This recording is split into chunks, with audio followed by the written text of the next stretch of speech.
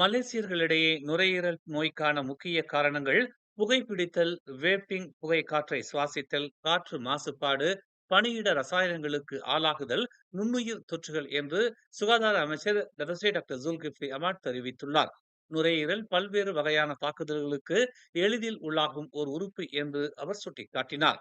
நுரையீரல் புற்றுநோய், நுரையீரல் அடைப்பு நோய், ஆஸ்துமா, நிமோனியா, காசநோய், இன்ஃபுளுன்சா, கோவிட்-19 போன்ற நாள்பட்ட நோய்கள் அதிகரிப்பதற்கு இது பங்களிப்பதாக அவர் கூறினார். நுரையீரல் மனித உடலில் மிகவும் பாதிப்படையும் ஓர் உறுப்பாகும்.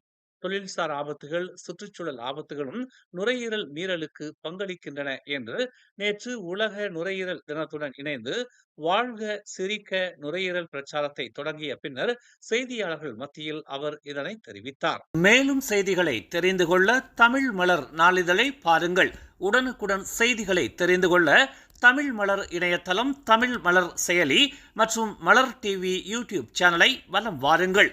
எங்களோடு இணைந்திருக்க மலர் டிவியை பதிவு செய்து கொள்ளுங்கள். உறவுகள் மகிழ்ந்திட விருப்பம் மற்றும் பகிர்வு சேவையை சொடுக்கிடுங்கள்.